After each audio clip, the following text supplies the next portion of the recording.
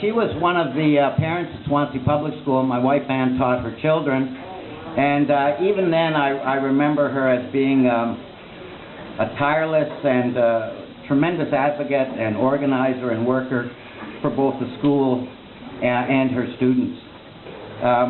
But we have some special guests here today, so I'm not going to steal things from their speeches. They're going to tell you some more wonderful things about Sarah.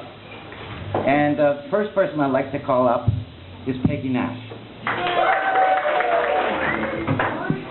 Thanks very much. I can't believe I'm competing with the World Cup. You'll tell me if someone scores. I am so pleased and honored to be here today to help launch the campaign of our next city councillor, Sarah Doucette.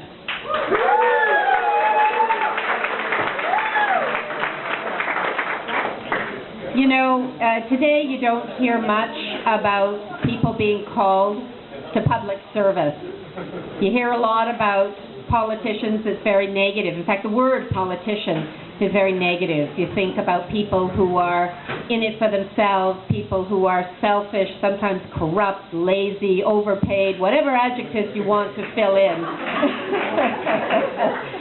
You don't hear much about public service, and I was thinking about Sarah this morning, and I thought about my dad. And my dad never was involved in politics, but he was the kind of person that would always stand up for the underdog if there was something going on he didn't think was right. He felt we were all underdogs, and he was always cheering for the underdog. And if there was something that needed doing in the community, he would always pitch in and help out.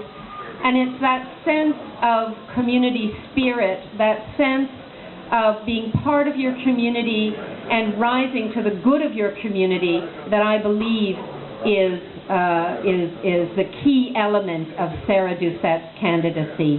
I met Sarah in her capacity working at Swansea Town Hall, but she wasn't just working at Swansea Town Hall. It didn't matter what was going on, whether it was a historical society meeting or Remembrance Day or whatever the event was, Sarah was part of the community. Did they score?